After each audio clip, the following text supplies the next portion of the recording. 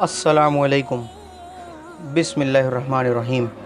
آج Islamic T V کی طرف سے میں آپ کو اصحاب الفیل یعنی ہاتھیوں والے کے بارے میں بتاؤں گا۔ اصحاب الفیل کا مطلب ہے ہاتھیوں والے۔ یہ ان کو اس لیے کہا جاتا ہے کہ ابرہہ کا لشکر خانہ کعبہ کو گرانے ہاتھیوں کے ساتھ مکہ آیا تھا۔ نبی حضرت محمد مصطفیٰ صلی اللہ علیہ وسلم کی پیدائش مبارک سے 50 یا 55 دن پہلے، یہ واقعہ ہمارے نبی محمد صلی اللہ علیہ وسلم کی پیدائش مبارک سے 50 یا 55 دن پہلے کا ہے، جو سیرت کی کتابوں میں بھی بہت مشہور ہے، اور قرآن کریم میں اس کے بارے میں ایک سورت بھی نازل ہوئی۔ وہ یہ ہے،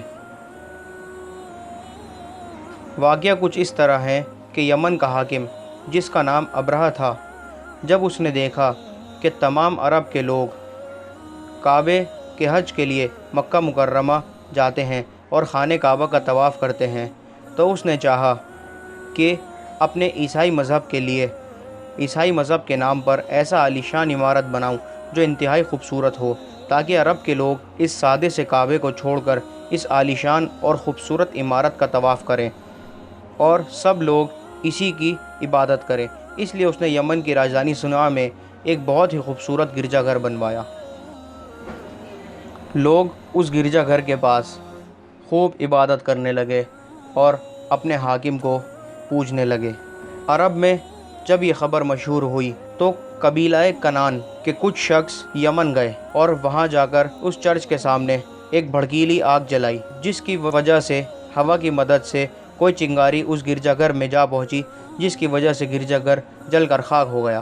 ابرہہ کا کعبہ کو گرانے کے لیے آنا۔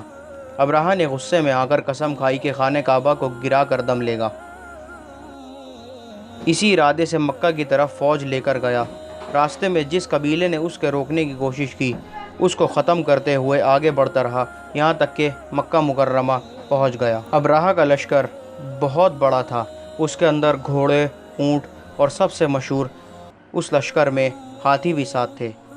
مکہ کے چاروں طرف جو مکہ والوں کے جانور چرتے تھے یا جو لوگ رہتے تھے، سب کو اس کے لشکر نے پکڑ لیا، اور اس میں سے 200 اونٹ نبی محمد مصطفیٰ صلی اللہ علیہ وسلم کے دادا عبد المطلب کے تھے۔ اس وقت عبد المطلب کعبہ شریف کے ذمہ دار اور قریش قبیلے کے سردار تھے۔ ابرہہ اپنا پورا لشکر لے کر پورے زور سے ہاتھیوں کے ساتھ ان کے سامنے پہنچ گیا۔ عبد المطلب کا ابرہہ سے ملاقات۔ جب ان کو ابرہہ کے لشکر کی خبر ہوئی تو انہوں نے مکہ والوں کو جمع کر کے کہا کہ گھبراؤ نہیں، مکہ خالی کر دو، خانہ کعبہ کو کوئی گرا نہیں سکتا، یہ اللہ کا گھر ہے، وہ خود اس کی حفاظت کرے گا۔ اس کے بعد عبد المطلب قریش کے کچھ آدمیوں کے ساتھ ابرہہ سے ملنے گئے تو ابرہہ نے عبد المطلب کا شاندار استقبال کیا۔ اللہ نے عبد المطلب کو حسن و جمال اور رعب و دبدبہ عطا فرمایا، جس کو دیکھ کر ہر شخص ان کے رعب میں آ جاتا تھا۔ ابرہہ بھی عبد المطلب کو دیکھ کر مرعوب ہو گیا اور بہت احترام سے پیش آیا۔ اس نے یہ تو مناسب نہ سمجھا کہ کسی کو اپنے تخت پر اپنے برابر بٹھائے، لیکن یہ ضرور کیا کہ تخت سے نیچے اتر کر فرش پر عبد المطلب کے ساتھ بیٹھ گیا۔ بات چیت کے دوران عبد المطلب نے ان اونٹوں کو آزاد کرنے کو کہا تو ابرہہ نے تعجب سے پوچھا کہ تم نے اپنے اونٹوں کے بارے میں تو بات کی، لیکن کعبہ جو تمہارا اور تمہارے باپ دادا کا دین اور گھر ہے، اس کے بارے میں کوئی بات نہیں کی۔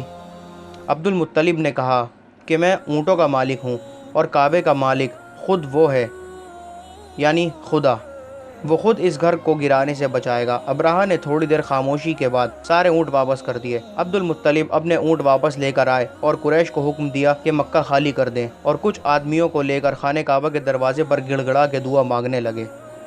ابابیل پرندوں کا ابرہہ کے لشکر کو تباہ کرنا۔